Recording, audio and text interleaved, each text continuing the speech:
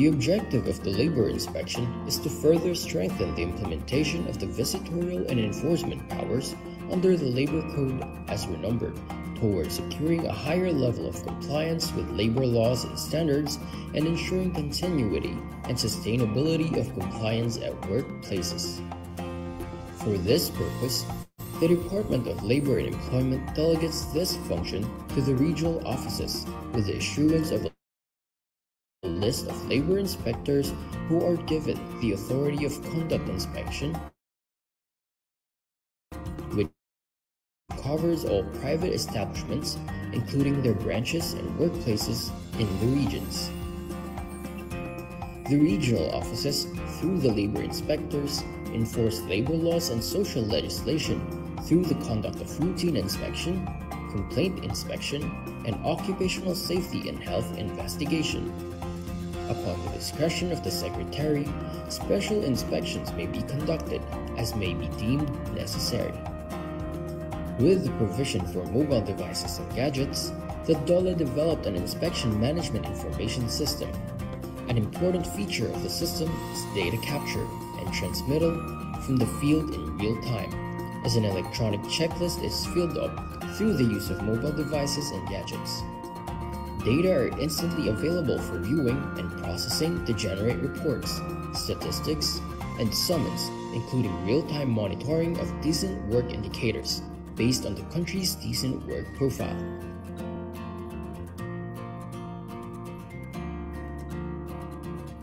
The TAV, or Technical and Advisory Visit, aims to provide assistance to the micro-establishments, or establishments that have 1 to 9 employees, to be sustainable, productive, and competitive.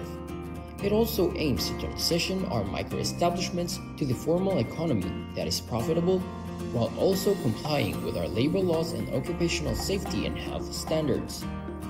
There are different ways or modalities to avail TAV. First is the online method. Establishments can enroll in the self-paced technical and advisory modules through our learning management system. For establishments that opted to go with online, they must accomplish the modules within 1 month from the time they registered. Second is on-site. The DOLE regional, field, and provincial offices conduct on-site or face-to-face orientation for the technical and advisory services, wherein micro-establishments are invited to attend. Third is hybrid setup. Establishments can enroll in on-site sessions and attend virtual meetings or webinars using various online platforms like MS Teams, Viber, Skype, Zoom, or Google Meet.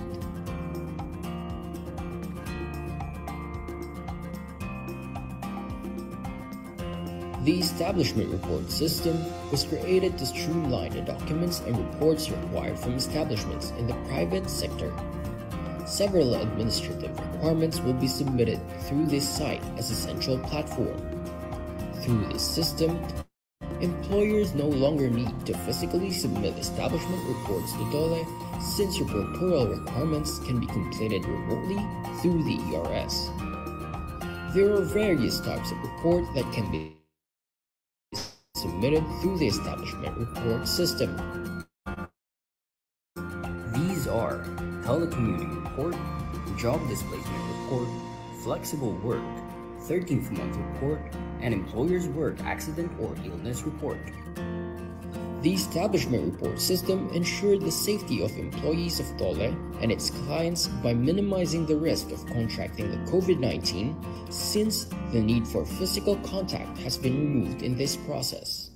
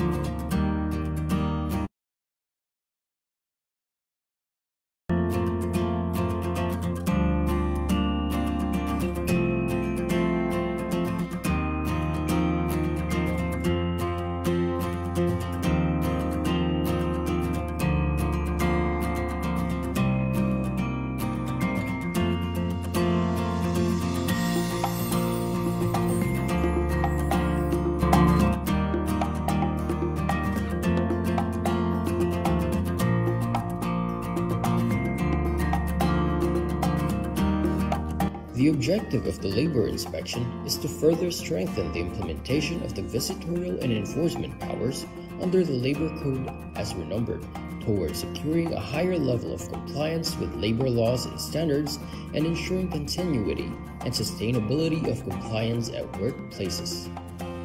For this purpose, the Department of Labor and Employment delegates this function to the regional offices with the issuance of a list of labor inspectors who are given the authority of conduct inspection, which covers all private establishments, including their branches and workplaces in the regions.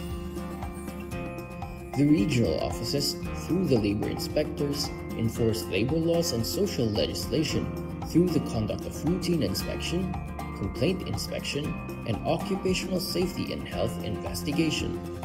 Upon the discretion of the Secretary, special inspections may be conducted as may be deemed necessary.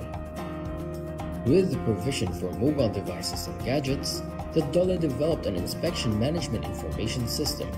An important feature of the system is data capture and transmittal from the field in real time, as an electronic checklist is filled up through the use of mobile devices and gadgets.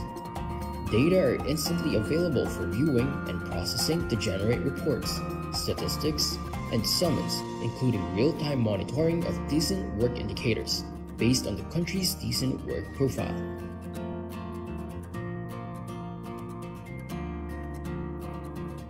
The TAV, or Technical and Advisory Visit, aims to provide assistance to the micro-establishments, or establishments that have 1 to 9 employees, to be sustainable, productive, and competitive.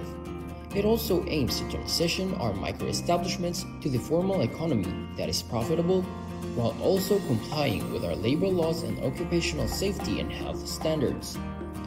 There are different ways or modalities to avail TAV. First is the online method. Establishments can enroll in the self-paced technical and advisory modules through our learning management system. For establishments that opted to go with online, they must accomplish the modules within 1 month from the time they registered. Second is on-site.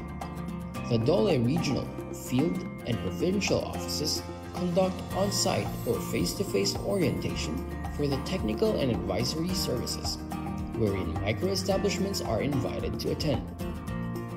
Third is hybrid setup. Establishments can enroll in on-site sessions and attend virtual meetings or webinars using various online platforms like MS Teams, Viber, Skype, Zoom, or Google Meet.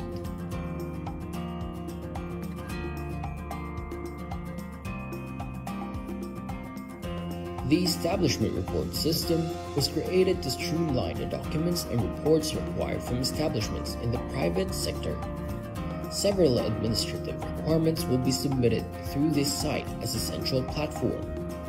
Through this system, employers no longer need to physically submit establishment reports to DOLE, since your reportal requirements can be completed remotely through the ERS. There are various types of report that can be submitted through the Establishment Report System. These are Telecommuting Report, Job Displacement Report, Flexible Work, 13th Month Report,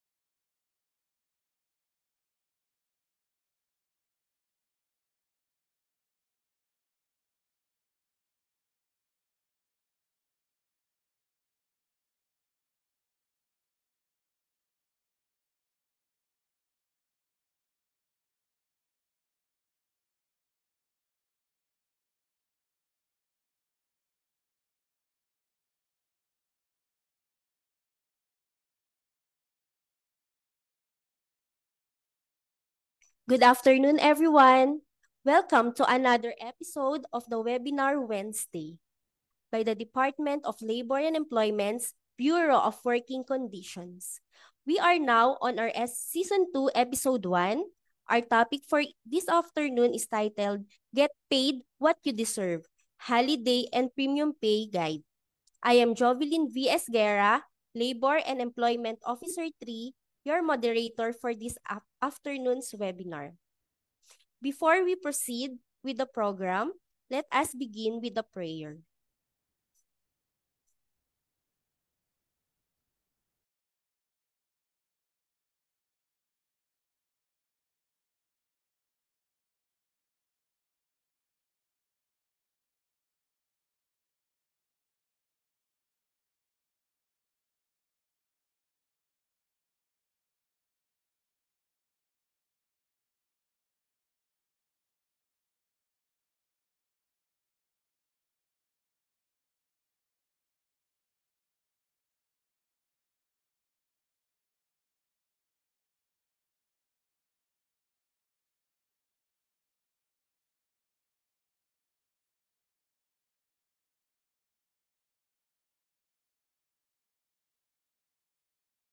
Let us bow our head and put ourselves in the holiness of God the Father, the Son, and the Holy Spirit. Dear Almighty and ever-loving God, we glorify and thank your name. You have showered us with so much blessings, and your presence continuously remind us of your faithfulness and guidance. May we humbly ask you to shower our speaker today of your greatest inspiration, so that he may share the most of his knowledge, his field of expertise, and to his respective topics. May we also absorb the invaluable knowledge, experiences, and put it into practice, that we may learn today. Your infinite blessing would mean the success of this webinar. May we be a living witnesses of your genuine love through the enactment of the knowledge acquired through this activity. We ask this in the name of your Jesus Christ, our Lord and Savior. Amen.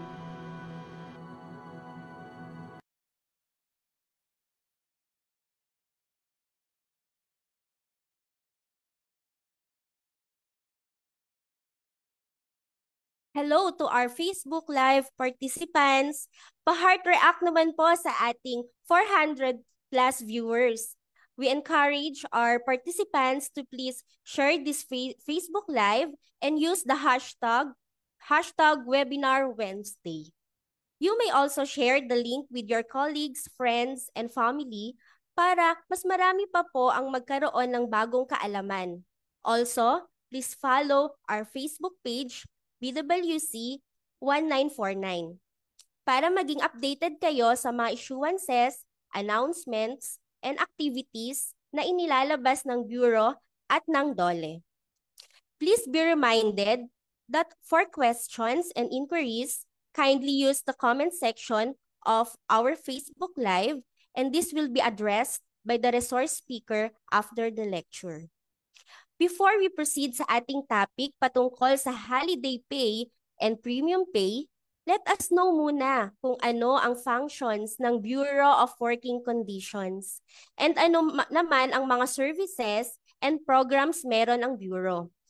This will be discussed with our Senior Labor and Employment Officer assigned at the Labor Standards Review and Appeals Division of DOLE BWC, Ms. Romelyn M. Santos.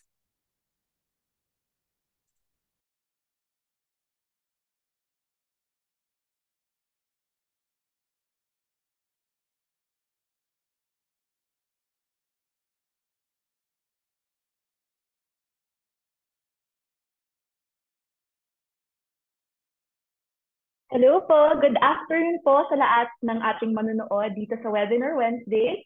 Again, I'm Romelyn Santos. You can call me Mel for short. And katulad ng sinabi nga po ng ating host na si Jovi, I will be discussing the BWC programs and services. So alam ko po na very excited na kayo malaman at matuto ang mga topic natin or ang topic natin for today, which is on holiday and premium pay guide. But since kagaya na sinabi ng host natin, ito po ang first ever Webinar Wednesday natin this 2024 and our second season. It is just fitting lang po no, to give you a background of BWC, what we do, why do we offer Webinar Wednesdays and other programs po in line with the mandate and also goals of the Department of Labor and Employment. So hello po ulit sa ating mga new viewers and previous viewers po na alam na kung ano yung BWC, but let us present again what our programs and services are. So before we move on to the next slide, discussing the mandate, BWC po ay kabilang sa 4 na bureaus and 7 services, 8 attached agencies, and 16 regional offices ng Department of Labor and Employment. Kaya naman po, madami pong nagtutulong ang mga agencies or offices towards the goal of the Department of Labor and Employment. But let's zoom in first. Ano po ba ang mandato ng BWC? Next slide, please. Okay. So the mandate of the BWC is focused into these 2 areas. So the Bureau of Working Conditions primarily performs policy and program development and advisory functions in the administration and enforcement of laws relating to working conditions and working environments to ensure compliance of all business establishments to general labor standards and occupational safety and health. So when we say po general labor standards and occupational safety and health standards, dito po nagtatouch yung conditions of employment, katulad ng mga work days, work hours po natin, including yung mga overtime pay, holiday pay, premium pay na topic po natin later. Also, the wage and wage-related benefits, working conditions for special groups of employees, and also safe working conditions. Next slide, please. Okay, specifically, the BWC develops and prescribes labor standards and policies, programs, and devices related to its administration and enforcement. We also exercise technical and functional supervision over the DOLE regional offices as they conduct administration and enforcement activities in their respective regions. We also conduct researches in aid of safety standards, policy programs, measures, and devices in the development on labor standards. And finally, we also provide knowledge and information services on labor standards data, programs, and enforcement activities. Next slide, please. For the org chart, pakita lang po namin ang aming lean yet efficient team headed by Attorney Alvin B. Corrada, the Director 4 of the Bureau of Working Conditions. And the BWC is composed of 3 divisions that covers the functions of the BWC. So isa po dyan ang Policy and Programs Development Division. We have Program Management and Technical Services Support Division. Under that, we have Management Information System Monitoring Team. And finally, we have Labor Standards Review and Appeals Division.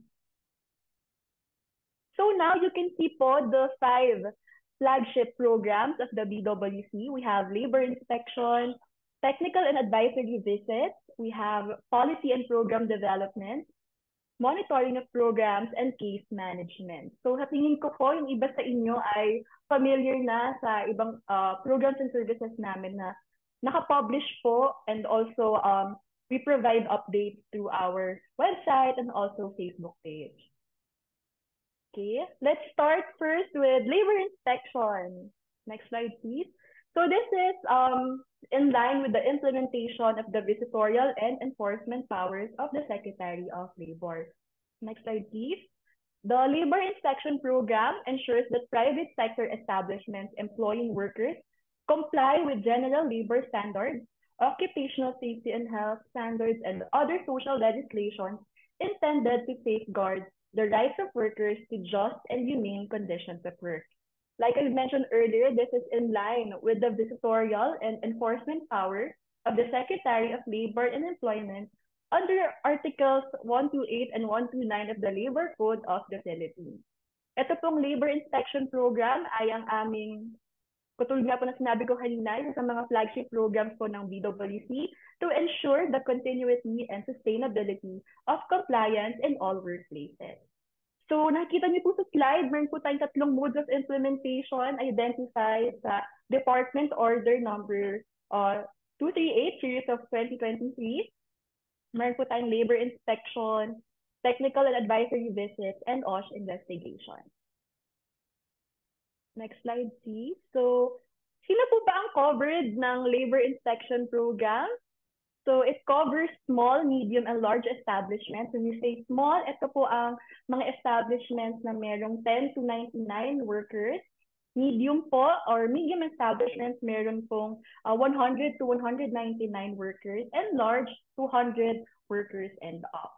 And naka-identify din po sa ating DO 238 or Department Order number 238 series of 2023 ang mga priority industries po na i-conduct ang labor inspection. So isa po dyan ang establishments that are engaged in hazardous work, those that are employing children, construction projects, Philippine registered ships and domestic shipping, fishing vessels, those in contracting and subcontracting arrangements, those that are subject of SENA referral, anonymous complaint and request for inspection, and other establishments as may be determined by the Secretary of Labor and Employment.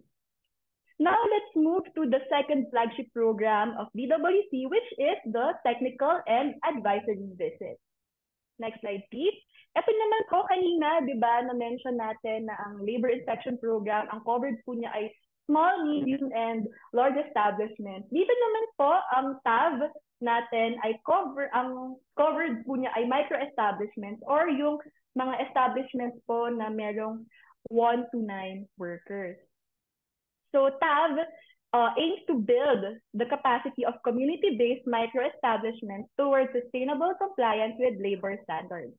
As a convergence program, it also seeks to facilitate easier access to government programs and services, instrumental to addressing their compliance gaps, as well as to provide livelihood assistance and productivity training to further capacitate micro-establishments in improving their business operations. Okay, so yung labor inspection program po is more on the regulatory side, but we took on a more educational or developmental approach when we conceptualize and also put into implementation etong tab natin. Okay, so na-mention ko po kanina, meron po siyang mga training modules na the establishments po can take online, hybrid, or on-site. So we have general labor standards, again, those that provide information on statutory monetary benefits that micro-establishments are mandated to comply. We also have occupational safety and health standards that provides information naman on safety and health, such as compliance with occupational safety and health programs, facilities, and personnel required. We also have child and family welfare that aims to guide the micro-establishments in distinguishing child work as against child labor and the working conditions of working children. And we have productivity toolbox naman to offer different productivity training programs and technical assistance using a ladderized approach. And finally, we have also tab checklist or visit checklist and action plan. Kasi na-mention natin kanina na we aim to check the compliance gaps of the micro-establishments and also solve them through the action plan. Okay, next slide. Under the labor inspection program, we also conduct technical safety inspection on industrial and agricultural enterprises, oil refineries, electric generating plants, and construction sites to assess compliance with the Philippine Mechanical Engineering Code of Mechanical Units. Kasama po dito ang pag-conduct ng TSI to determine ang safe na paggamit ng mga boilers, pressure vessels, internal combustion engines, electrical installations, elevators, and other mechanical equipment. Next slide, we have also one of our flagship programs, which is policy and program development. Okay, so the Bureau, the BWC, takes the lead in the formulation and issuance of timely and relevant policies, guidelines, and advisories relating to general labor standards, occupational safety and health standards, and other social legislation that promote the rights of workers, improve working conditions, and guide employers and workers in the private sector. So what we do po is we partner and engage with ILS or Institute of Labor Studies, which is the research arm of DOLE, those in the academe and other government agencies and non-government organizations to conduct studies on emerging work trends and employment arrangements. Then, before we issue po those policy instruments that we mentioned in the form of department orders, joint issuances, and labor advisories, we develop.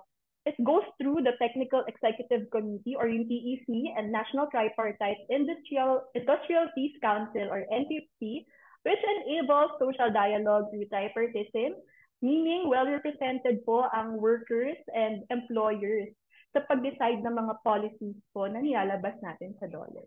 So, 4 days ago, if kayo po ay nakalike sa aming Facebook page, naglabas po kami ng Department Order Number 242 Series of 2024, which is the revised IRR of Article 96 of the Labor Code of the Philippines on the service charges po collected by hotels, restaurants, and other similar establishments.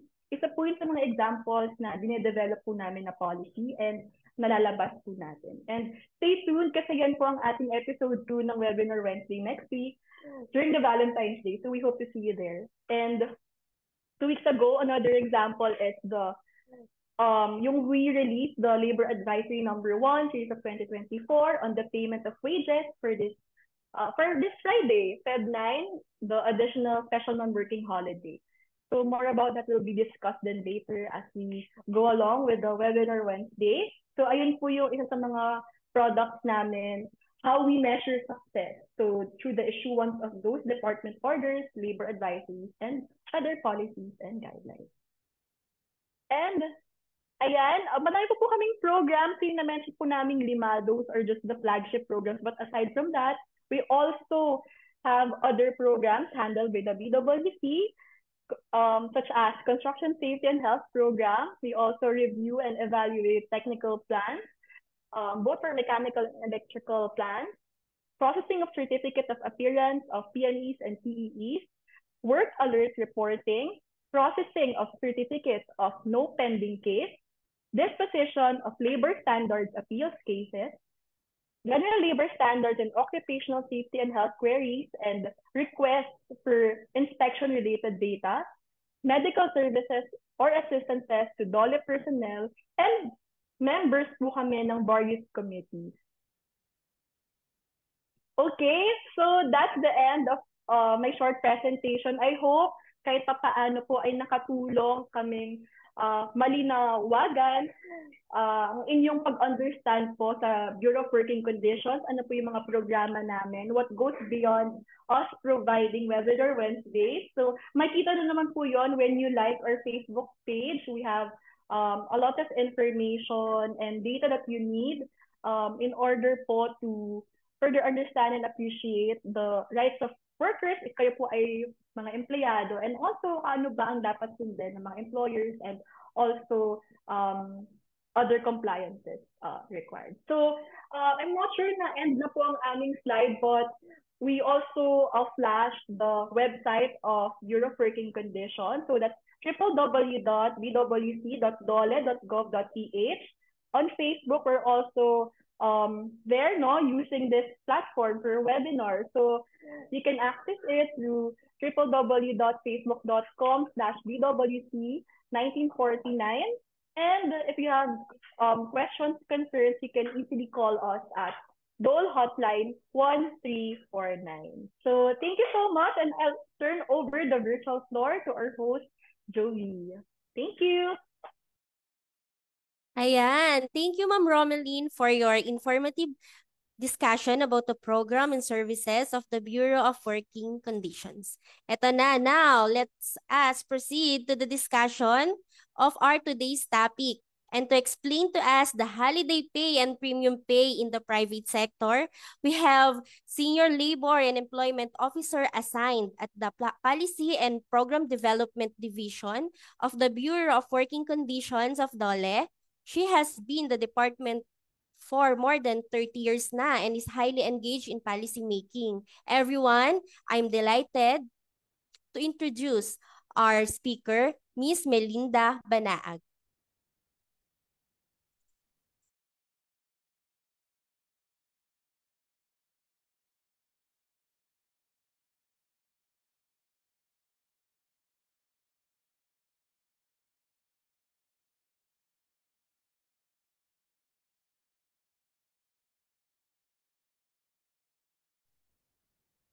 Magandang hapon.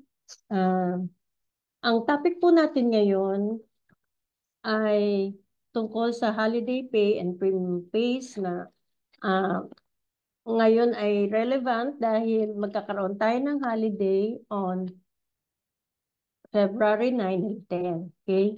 So, itong holiday pay na to may be found in the Article 94 of the Labor Code of the Philippines.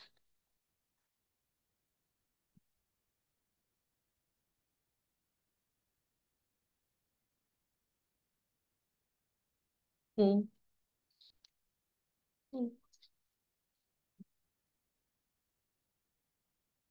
Okay, so let me see. Okay. Holiday pay refers to the payment of the regular daily wage for any unworked regular holiday. Okay, ito yung ating madalas na tanungin dahil meron tayong 12 regular holidays na naka-program na sa ating mga proclamation na dinideclare ng presidente taon-taon. Okay? So, sino-sino ba ang covered ng holiday pay? Siyempre, lahat ng mga empleyado, except for, sinasabi rito, yung ating holiday pay rules na sinasabing ang hindi included ay mga government employees, yung managerial employees, yan.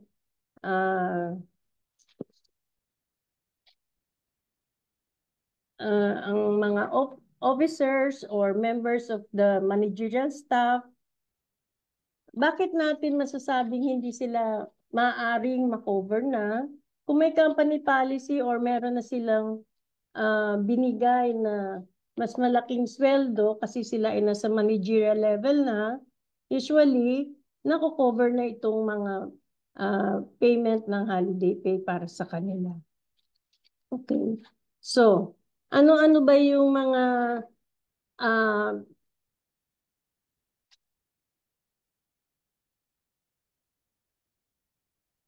okay? So, usually, ang mga factor na ginagamit sa pag-receive ng ating wages ay mga 365, 313, or 261. Ito yung fixed monthly factor na nagiging applicable para mas madaling nilang makompute ang salary ng mga empleyado. So, siguro familiar na kayo doon sa 26 days per month or 13-13. Yan ang madalas na magamit ng ating mga employer sa pag-compute ng ating sweldo. So, paano ba na-determine ng ating mga employer ang paggamit nitong 313 factor na ito? Halimbawa, kung sakaling yan ang ibinigay na paraan ng pag-compute ng sweldo nyo. So, ang composition niyan would be ito. Ito yung isang example ng factor na 261 siya, 261, 313, 261, na in-include na po ang 12 regular holidays at ang 8 special non-working days sa pagkwenta ng ating sweldo. Okay? So, Paano ba kung halimbawa 313 ang factor kung sakaling naririnig nyo, or 26 days per month or 13 days per cut-off? Ang sinasabi rito, ang hindi lang isinama sa binayaran sa mga empleyado ay yung kanilang rest day, dahil yung 313 na factor, ang rest day ay hindi included sa pag-compute ng sweldo nila. Katulad din ng 261 wherein Saturdays and Sundays are not included in the computation of the salary, while the Monday to Friday work week schedule ang kinonsider for the computation, and the 12 regular holidays and 8 special work days. Kaya nag-come up po tayo sa isang factor na 261 in a year. Yan po. Ang hindi natin in-include, ulitin ko po, ay yung mga rest days na mayroon sa work week. Okay? Ngayon, ano-ano po ba itong mga na-declare na mga regular holidays? Okay? So, under Proclamation 368, ito na po yung mga schedule niya. So, meron tayong, kaya yung medyo nababalitaan natin, meron na tayong mga long weekends ngayon kasi ang mga holiday natin ay tumapat sa regular work week. For example, ang April 9 ay tumapat ng Tuesday. So, ang sinasabi nila, Saturday, Sundays, Monday may pasok, ang 9 Tuesday holiday. That is why na-predict na nila ang mga long weekends natin. Okay? So, ang March 28, Monday, Thursday, usually na natin sinicelebrate ang Holy Week. So, ngayon medyo maaga ang Holy Week, 28 and 29 March. Ang susunod doon, May 1, Wednesday, Labor Day. So, medyo nasa kalagitnaan to. At ang June 12, Wednesday, wala tayong masyadong Saturday and Sunday na tumapat ang holiday. Yan. So therefore, kung ang mga pumapasok na mamasukan, halimbawa sa isang establishment na like yung sa mas natatandaan nating place of work, yung nasa mga like sa SM malls, yung ganyan sa mga malls. Ang lahat ng araw ng holidays, usually may pasok ang mga empleyado. So itong mas marami ang nasa work week ng Monday to Friday, yan, medyo makikinabang sila sa ating holiday payroll. Okay? So, ano naman ang ibig sabihin ng special day? Ito po yung additional compensation kung sakali na nag-perform siya ng 8 hours during special day or rest day if unworked. Okay? So, if unworked, no pay unless there is a company policy or practice or CBA if work plus 30%. So, ganun. Ang ating special day may corresponding additional payment if work. Okay? Kung pumasok po tayo. Ngayon, paano naman tayo ma-entitle kung sakaling merong holiday, yung regular holiday? So, ang sinasabi natin, all covered employees shall be entitled to holiday pay when they are on leave of absence with pay on the work day immediately preceding the regular holiday. So, nakikita natin dun sa ating listing ng mga regular holidays ay sa work week. Ibig sabihin, magpo-fall siya ng Monday, usually Monday to Friday. And therefore, ano ang sinasabing requirement para ma-entitle tayo sa regular holiday? Ay makapasok or makapag-leave with pay on the last work day immediately preceding the holiday. Okay? For example, yung mga work week na like Wednesday nag-fall ang isang regular holiday. So ano yung kinakailangan nating makita ron? Makapasok siya ng Tuesday para kung sakaling para ma-entitle siya sa regular holiday pay. Okay? So, ano naman ang second criteria? Employees who are on leave of absence without pay on the day immediately preceding a regular holiday may not be paid the required holiday pay if they do not work on such regular holiday. Okay. May mga establishments na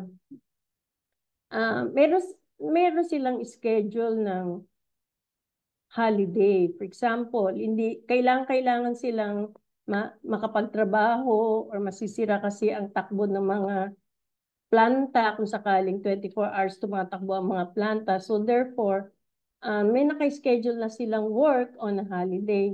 Ang sinasabi niya dito sa second criteria, kung ikaw ay absent ka without pay, naubos na siguro ang mga sick leave and vacation leave mo, kaya na-absent ka without pay. So, hindi na applicable sa'yo yung una na criteria na dapat naka-leave with pay ka prior to the regular holiday. So, dito naman, pumasok ka. Kaya ang sinasabi, nakapasok ka sa regular holiday, so, may entitled ka pa rin. Pero kung hindi na, katulad nito, absence without pay ka before the holiday, hindi ka ma-entitled. Okay? Okay. So, ang pangatlong criteria, employer shall grant the same percentage of the holiday pay as the benefit granted by competent authority in the form of employees' compensation of Social Security payment, but whichever is higher if the employee are not reporting for work while on such leave benefits. So, ang sinasabi lang nito, meron din naman pwedeng gawin ng employers para sa mga empleyado na, ayan, makaka-receive sila ng same percentage kung sakaling mag-a-avail sila ng holiday payroll na hindi sila nakapasok halimbawa. Okay? Ang next criteria naman, where the day immediately preceding the holiday is a non-work day in the establishment or the scheduled rest day of the employee, she shall not be deemed to be on leave of absence on the day. Okay? In which case, she shall be entitled to the holiday pay if she work on the day immediately preceding the non-work day. Ito naman ang pinag-uusapan natin. Halimbawa, Sunday ang day immediately preceding the regular holiday. So, ang sinasabi kasi nung una, criteria, makapasok siya on the day immediately preceding the holiday. However, in this case, ang sinasabi niya kung yung preceding the holiday is a non-work day. Okay?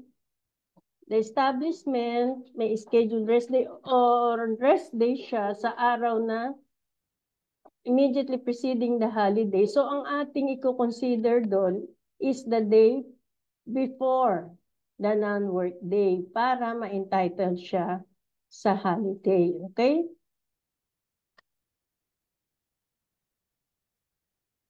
Ngayon naman, ito naman yung madalas na tanungan kung may shutdown daw or halimbawa, temporary yung kanilang walang pasok, temporary cessation of work in the establishment, as when a yearly inventory or when the repair or cleaning of machineries and equipment is undertaken, the regular holiday falling within the period shall be compensated in accordance with the rules implementing the Labor Code of the Philippines. Kailan ba nangyayari itong mga periodic shutdown na sinasabi na walang pasok ang mga kumpanya? Usually, nangyayari itong mga maintenance work na to during the long holidays. Dito yung mga Christmas season. Diyan sila magkakaroon ng mga temporary cessation of work or periodic shutdown kasi yung ang maintenance ng mga machinery, ang kanilang focus on such days. Therefore, kung halimbawa, Christmas season yan, meron tayong December 25 na Christmas Day, ang sinasabi dito sa ating rules ay compensated siya during the periodic shutdown. Kasi hindi naman, ibig sabihin, yung mga empleyado naman ay hindi lang nagkaroon ng work schedule, kundi ang work schedule to perform the regular task, but ang schedule ngayon sa kumpanya na yon ay for maintenance work. Kaya periodic shutdown po yung sinabi ng kumpanya. Wherein, ang mga empleyado natin na hindi nakapasok during the regular holiday will also be compensated. Okay? Okay. Yung mga seasonal workers naman, yung like Christmas season ulit, Christmas season tayo. Ito yung mga workers na palaging kinukuha ng mga empleyado during the peak season ng kanilang paggawa. Okay? So pagka hindi siya included dun sa ganun, wala siyang work schedule during the like Christmas, may lean season. Pagka off-season, yung lean season, wala siyang pasok, wala din po siyang holiday pay kasi sa kanya, halimbawa, October, November, December, kung ano yung mga covered holidays na tumapat dyan sa mga petsa na yan po yung maaaring included for the payment of the regular holiday. Kasi ano lang siya may special work schedule siya. At yung mga lean season o walang trabaho, hindi na siya ma-entitle dun sa holiday pay. Okay? Okay, ito namang premium pay, ito yung additional compensation na binibigay ng ating mga employers kung tayo po ay pumasok ng special non-working day, ganun, within the 8 hours of work, bibigyan siya ng additional compensation. Okay? So, ano ba yung sinasabing coverage din? Like the regular holiday pay, ito naman din. Government employees, managerial employees, officers and members of managerial staff, yan. Mga kasambahay, hindi rin sila kasali sa premium pay or those who are in personal service of another. Yan ang nakalagay sa ating guidelines. Ngayon, yung mga workers who are paid by results are also not included in the payment of premium pay and field personnel. Okay? So, para sa special non-working days, ito yung nagko-cover ng premium pay. Ito yung mga declared special non-working days for 2024. Ito yung listed into the Proclamation number 368 by the President of the Philippines. Ito lang po yung enumerated. Like ngayon, February 10, may Chinese New Year. So yung Proclamation 368 nung last year na nagawa na, and then ngayon pong year na to, 2024, meron tayong nadagdag na additional special non-working day, yung Feb 9. Ito po yung tinatanong ng mga karamihan kung paano ang treatment natin ng Feb 9 and 10 dahil pareho silang special non-working day at hindi na isulat o hindi siya included in the Proclamation 368. So, kung kaya't nag-issue ang Malacanang ng panibagong order yung para sa Feb 9, additional special non-working day po ang nakasulat doon. Okay? Nakapag-proclaim po si Presidente. Yan. Pero ang listed po dito, ito yung usually na ating sineselebrate or ating ino-observe as a special non-working day. Ngayon, itong December 31, meron din tayo nitong hindi na isama nung panahon ni Presidente Duterte. Yan, yung 31. At yung, halimbawa, yung November 2 na hindi rin na naisama sa mga proclamation niya. November 1, ganun. Kaya, kung ano po yung na-proclaim ng Presidente, yun ang ating binabantayan para makapag-issue po si DOLE ng mga labor advisories on the treatment of the special holidays and regular holidays na nade-declare po. Okay? So ito po yung ating guide, yung proclamation ng Presidente para si DOLE makapag-issue po ng guidelines on the treatment of such day. Okay? Ang premium pay po para sa special non-working holiday ay 30%. Ngayon, dito po sa special working day, may mga naririnig tayo, nakakalito, di ba? Merong special day, merong special non-working day. So, pag sinabing special working day, ito yung mga kino-commemorate natin, yung mga like yung Iglesia ni Cristo, ganyan. Sineselebrate natin siya, pero wala po tayong dagdag na premium pay para sa araw na yon when we work. Okay, report for work on that day. Okay? So, ang sinasabi dito, employees are only entitled to his daily wage. Okay? No premium pay is required since work performed on said day is considered work on an ordinary work day.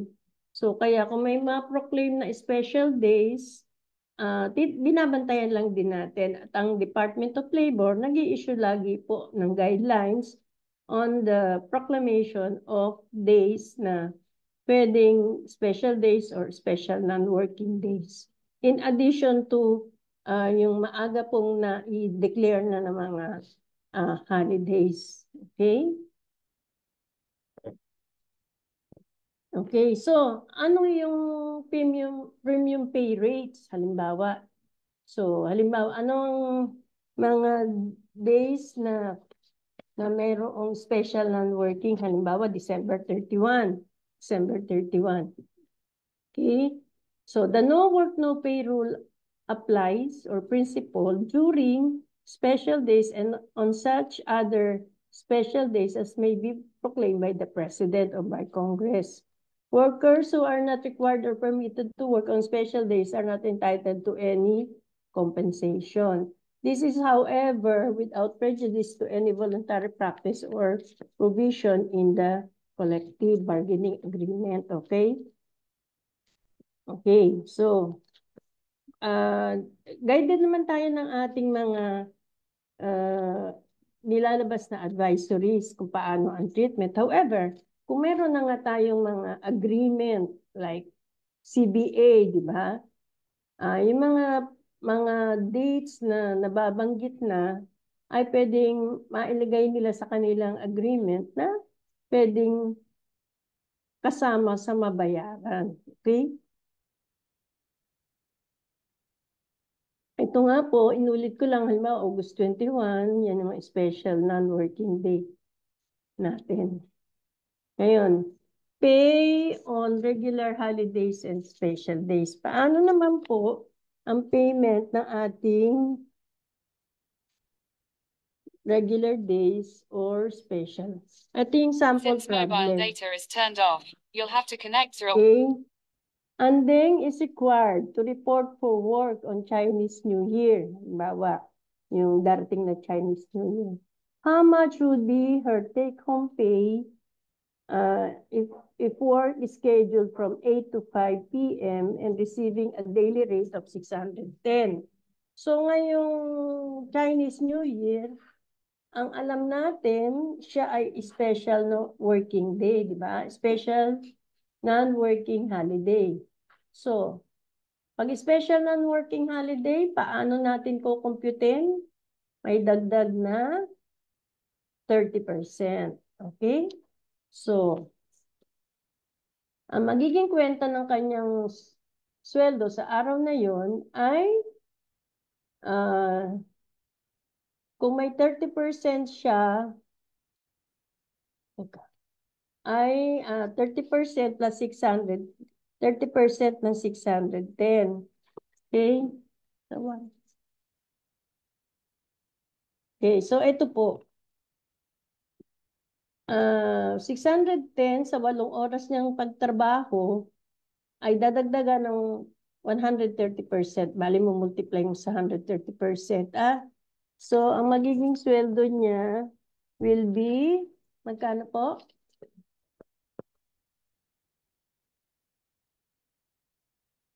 Yun, 610 times 130%.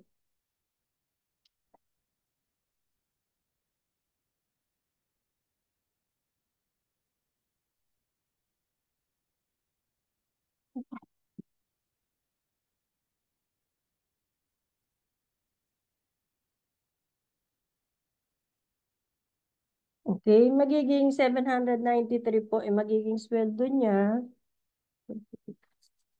kung siya ay pumasok sa araw ng special non-working holiday. Okay?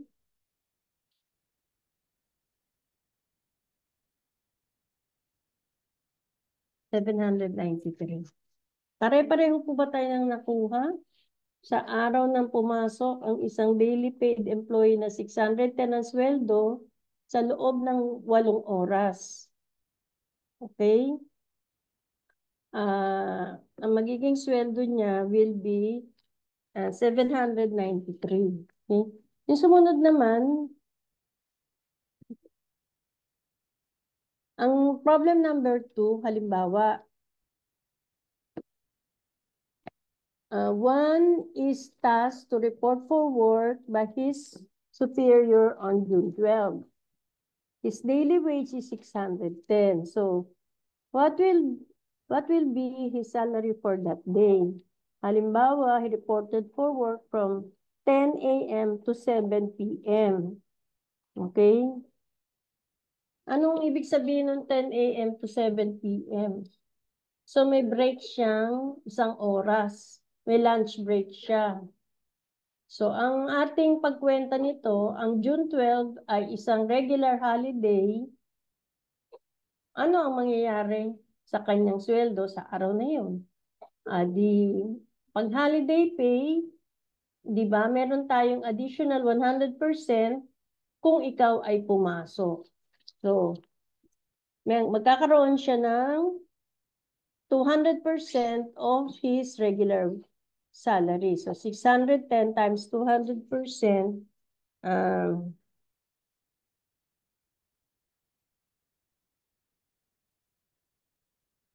yun lang.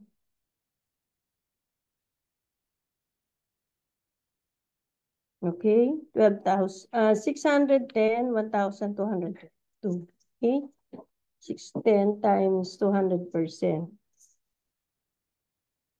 Okay, 1,220 ang kanya magiging sweldo sa araw na yun. Okay, so kung may mga katanungan kayo, maaari na po nating pag-usapan ang ating mga questions kung sakaling meron po kayo.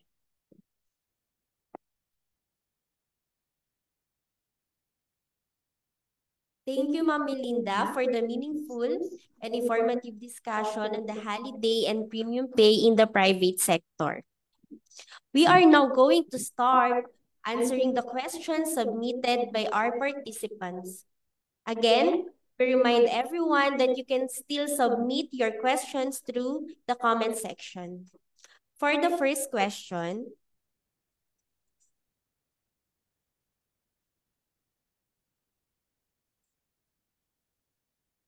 Ayan. Ito, ma'am, yung number 1 question. If an employee is absent day after the holiday, will be entitled to the holiday pay because some companies practice that employees should be present before and after the holiday. The requirement of the law is only for the employee to be present on the day immediately preceding the holiday. Or kung nag-absent man siya, mayroon siya dapat leave with pay na i-apply sa company para ma-entitle siya dito sa holiday pay. Yan. Pero hindi natin nakita sa ating batas na kinakailangan siyang makapasok after the holiday. So before the holiday lang po yung requirement para mabayaran siya ng holiday pay. Okay? Okay. For the question number 2, ito, ma'am, if a regular holiday falls on a monthly paid employee's rest day, does the employee still get an additional 100% for that day if unworked? Kasi yung holiday na rest day niya, di ba? So kung rest day niya, hindi siya nag-perform ng work, di ba? Kaya lang naman natin dinadagdagan ng 100% kung ang empleyado ay nakapasok on such regular holiday. Kung hindi naman at rest day niya, hindi siya pumasok, wala siyang additional pay, kundi yung entitlement niya only for the regular holiday. Yung 100% ng regular holiday. Okay? Okay, yung question number 3 po. Yan. What if pumasok ka ng 8 hours, 8 a.m. to 5 p.m. for Saturday na rest day? May additional ba or wala na? Tingnan natin, no? Ano ba yung pinag-uusapan natin dito? Pumasok ng 8 hours, 8 to 5 p.m. for Saturday na rest day. Okay? So, pag rest day po, na merong ang empleyado ay may additional na 30% para sa premium pay niya for working on such day. Work on a rest day po ang tawag doon.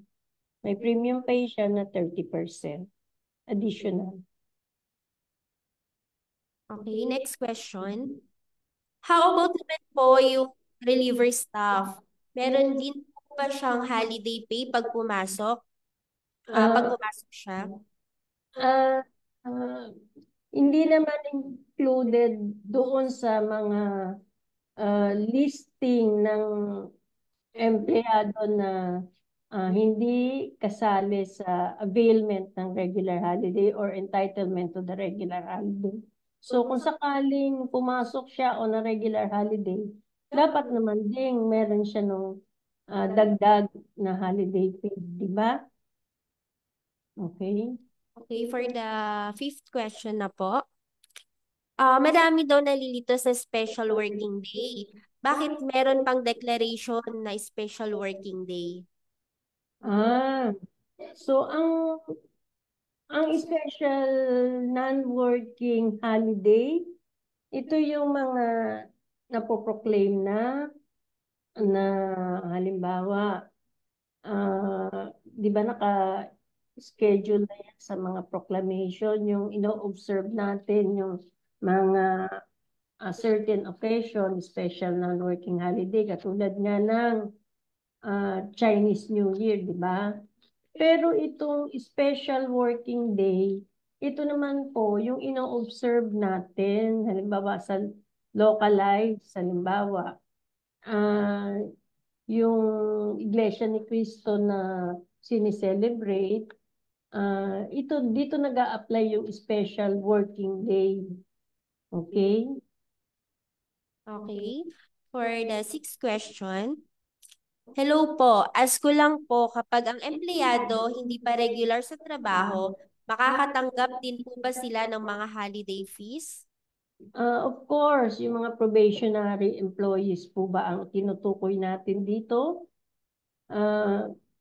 Sila po ay makakatanggap din ng halimbawa ng kung pinapasok sila sa araw na holiday or usually sa mga malls, marami dyan ng mga empleyado na hindi regular.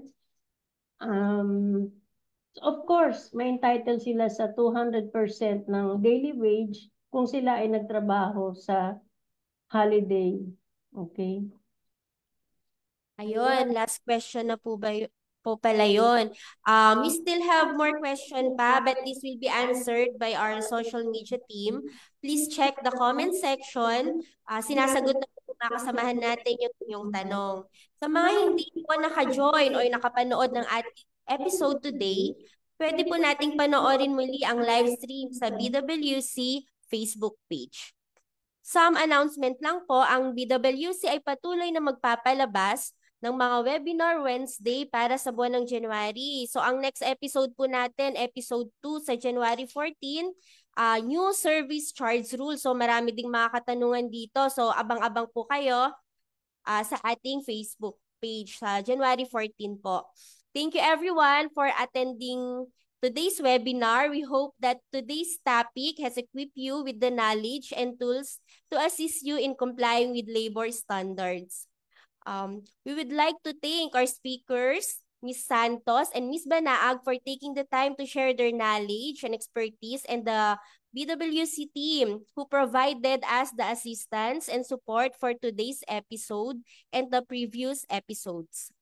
If you have further questions, you may send us an email po sa ask@bwc.dole.gov.ph. So again po, ask@bwc.dole.gov.ph, or you may call the Dole hotline, just dial 1349.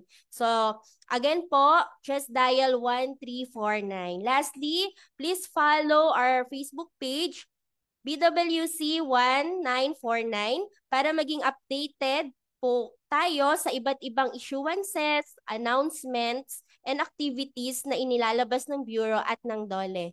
Bye po. Thank you for joining us today. Have a great and safe day po.